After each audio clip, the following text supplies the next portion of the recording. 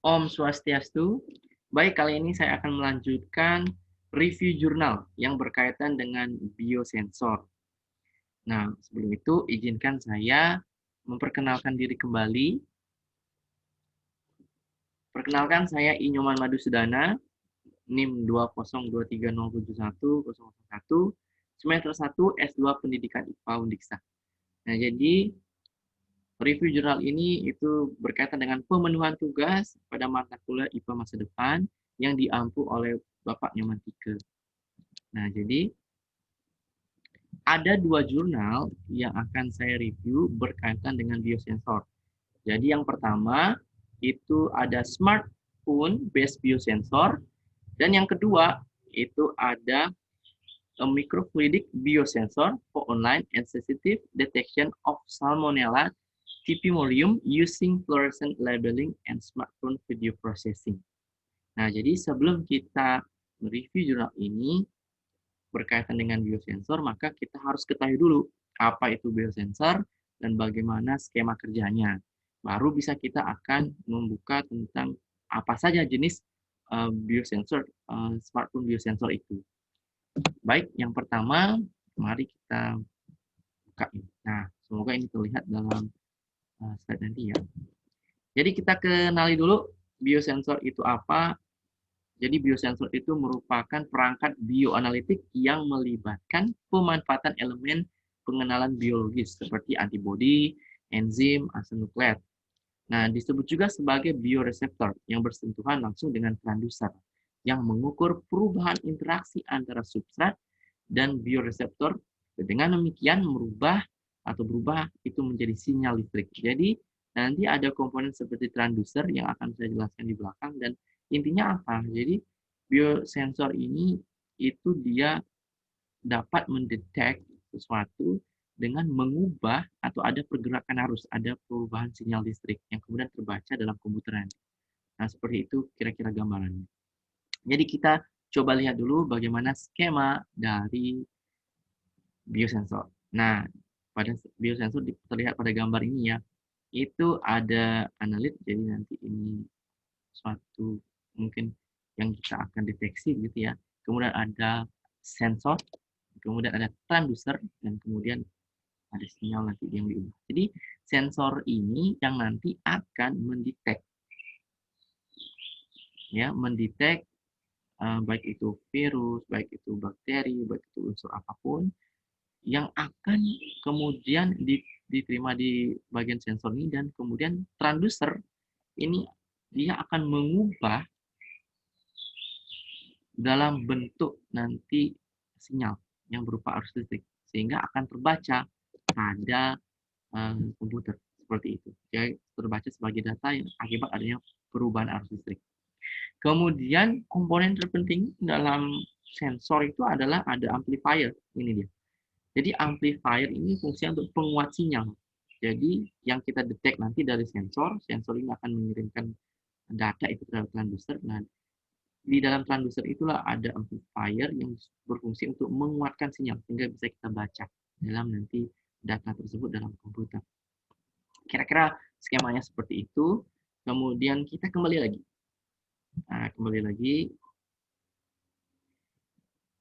Tadi ada biosensor, ada 5 jenis atau 5 kategori biosensor. Ada biosensor elektrokimia, biosensor optik, kemudian biosensor thermal, biosensor massa, dan magnet. Untuk mengetahui masing-masing jenis biosensor ini, mari kita lihat coba gambar berikut. Ada biosensor elektrokimia. Jadi sesungguhnya biosensor elektrokimia ini itu dia tetap ada komponennya itu ya, ada transducer dan nanti di display akan menunjukkan ada pergerakan arus atau sinyal.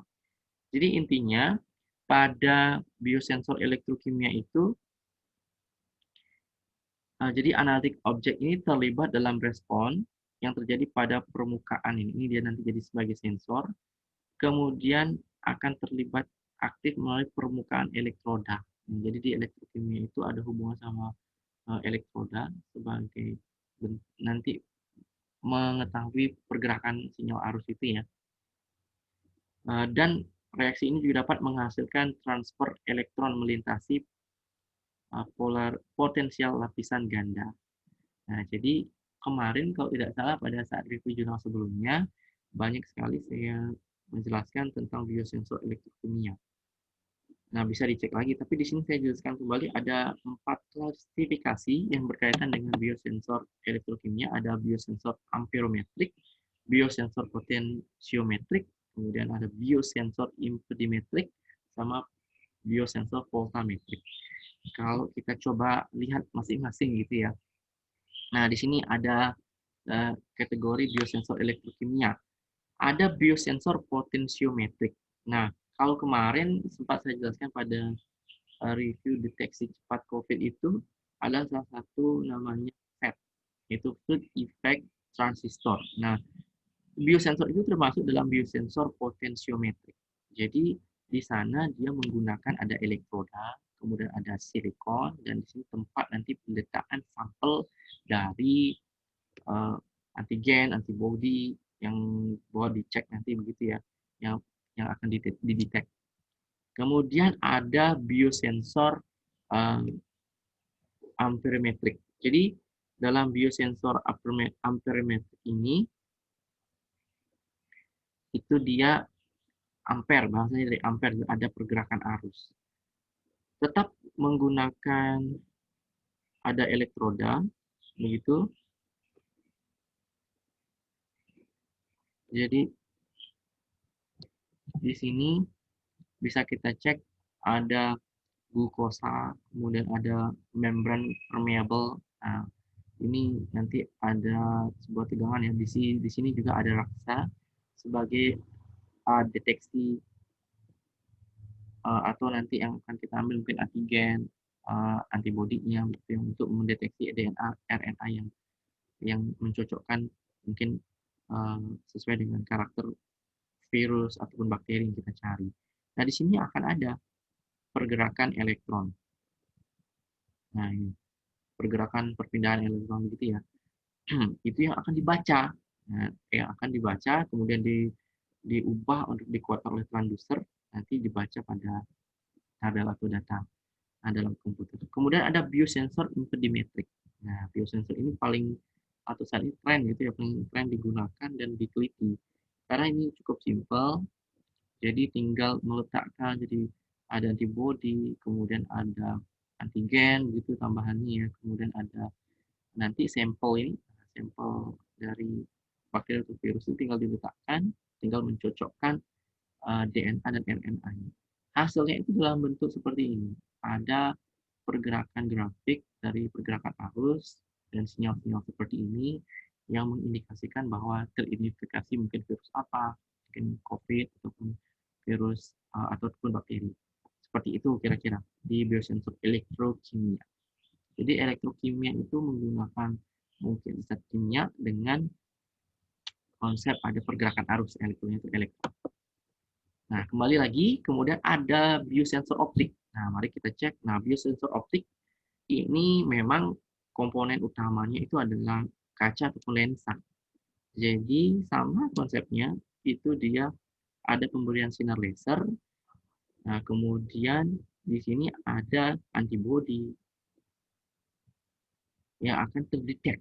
Nah, terdetek di bagian ini. Nah, kemudian ada N2, N0 ini adalah indeks bias atau kerapatan medium yang berbeda. Di bagian ini ada cairan, yang bagian ini adalah udara. Ya, prinsipnya tetap sama. Jadi ada antibody atau antigen yang dibawa sebagai sampel, nanti akan dicek jika ada pergerakan arus, kemudian dari sini akan didetek pada data komputer. Seperti itu kira-kira. Untuk biosensor optik, poin pentingnya adalah menggunakan medium laser dan lensa atau kaca sebagai medium. Kemudian ada biosensor thermal. Jadi biosensor thermal ini termos atau panas, termometrik begitu ya. Jadi biosensor ini memang kecenderungannya memanfaatkan perubahan panas untuk mendetek mungkin antigen antibody yang sebagai sampel. Tapi intinya ini bisa digunakan untuk mendetek itu kadar kolesterol. Nah, itu di biosensor thermal ini. Kemudian saya lanjutkan, nah ada biosensor massa dan magnet, itu akan saya jelaskan di belakang karena sudah masuk dalam biosensor smartphone-nya. Ya. Jadi saya akan lanjutkan. Ini sudah tadi. Ini juga sudah. Ya, smartphone based biosensor. Nah, nanti ada beberapa jenis pemanfaatan smartphone untuk biosensor ini. Ini di tengah ini ada SBDAS, itu adalah smartphone based device and application. Jadi sudah ada aplikasi dalam smartphone yang digunakan sebagai sensor untuk mendetek berbagai mungkin tentang penyakit, virus, dan pengobatan. Begitu. Nah, untuk kita melihat ada A, B, C, D, sampai H ini ya. Ada beberapa jenis pemanfaatan smartphone dalam biosensor dalam smartphone ini. Kita mulai bedah yang pertama. Itu ada yang A ini gambarnya, kita cek. Nah, ini biosensor yang deteksi dari alergi makanan. Jadi saya ambil dalam jurnal yang nomor 2 itu ada salmonella. Nah, salmonella. Jadi seperti ini. Prinsip kerjanya ini sebuah handphone gitu. Kemudian dengan bantuan LED light source ini ya. Itu dia peletaan sampelnya ada di sini atau di sini bisa dilihat. Peletaan sampelnya. Kemudian nanti dengan bantuan aplikasi dalam HP, tinggal disorot dengan kamera seperti itu, maka akan terbaca pada saat di sini. Nah, jadi bisa didetek jika kita sebagai sampelnya kita didetek melalui mungkin air liur ataupun dari lendir begitu diambil, kemudian jika memang ada alergi sebuah makanan bisa digunakan biosensor ini dia ya. Nah, karena ini mungkin perkembangan saat ini sudah maju, jadi sudah ada biosensor untuk yang digunakan dari smartphone yang digunakan untuk mendeteksi alergi makanan.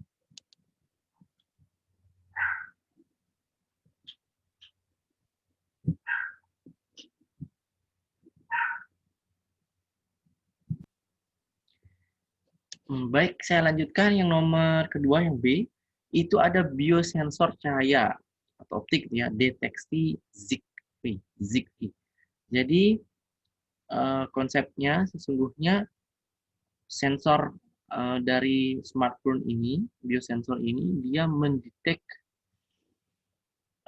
virus Zika virus ini adalah yang dibawa oleh nyamuk Aedes aegypti atau demam berdarah itu. Jadi di sini dijelaskan bahwa pada bagian kamera yang di depan, bagian depan kamera ini, jika mungkin smartphone terbaru itu dia berisi sensor cahaya yang di sana dia juga bisa mendetek dari virus maupun bakteri dengan memanfaatkan sinar matahari ataupun cahaya. Nah, jadi di sini dijelaskan juga mungkin melalui kadar air hujan sebagai sampel untuk mendeteksi bakteri ataupun virus, kemudian mungkin dari liur itu juga dapat dideteksi di sini. Jadi sensor cahaya atau optik ini bisa dimanfaatkan untuk mendeteksi adanya virus juga dengan dilengkapi aplikasi, gitu ya. Intinya tetap sama, aplikasi sebagai bantuan untuk membaca hasil deteksinya seperti itu. Saya lanjut, kemudian ada biosensor deteksi asam urat. Nah, jadi ini sebuah sampel perangkat mikrofluida dengan sampel air gitu ya. Kemudian ada kalorimetri. Nah, di sini yang berisi sampel dari pasien, kemudian ditempelkan atau bukan ditempelkan ya, tapi didekatkan pada smartphone layaknya di-scan. Nah, sehingga akan terdetek seperti ini pada gambar. Jadi, apakah nanti pasien itu asam urat ataupun tidak bisa didetek dari smartphone biosensor ini. Kemudian ini ada biosensor deteksi citra sel darah. Nah, jadi biosensor ini berbentuk seperti seperti itu ya. Kemudian ada rangkaian komponen sebagai nanti detektor, kemudian ada sensornya.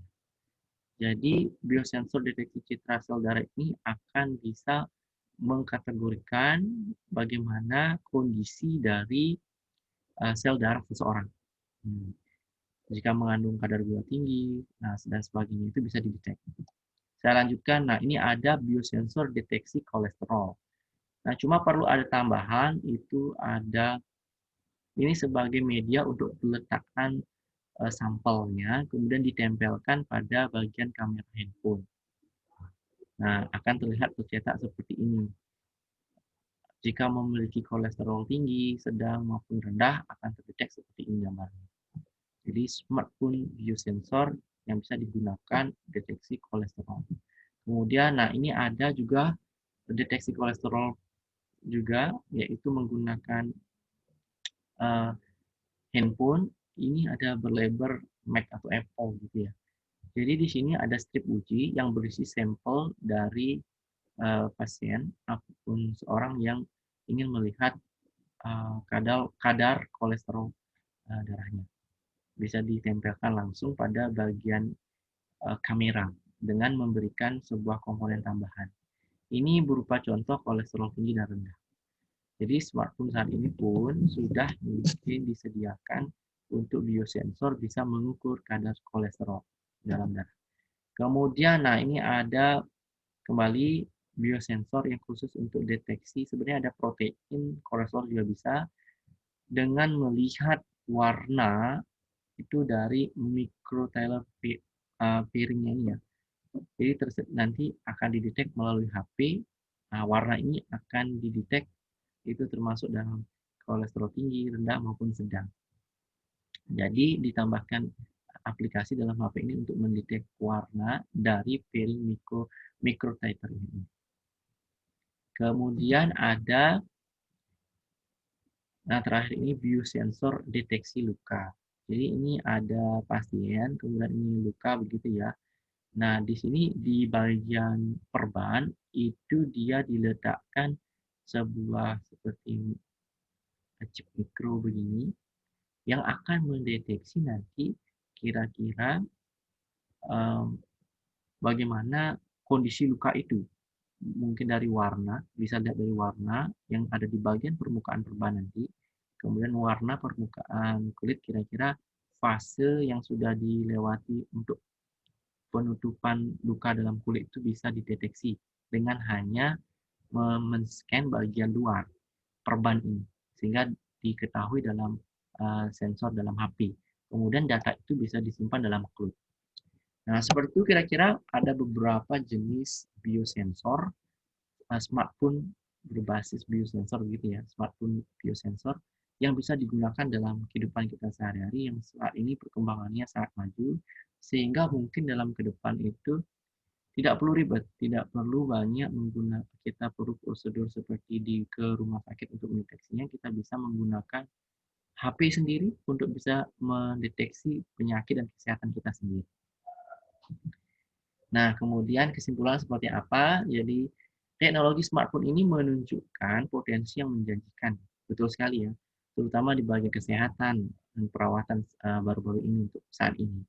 Karena menggunakan SBD atau Smartphone Based Device and Application ini akan mampu mendiagnosis penyakit maupun obat-obatan untuk tujuannya ke depannya lebih cepat, kemudian sensitivitas tinggi, dan mungkin biayanya relatif murah ya. Mungkin kita bisa dengan membawa HP pun kita tahu kondisi kita seperti itu.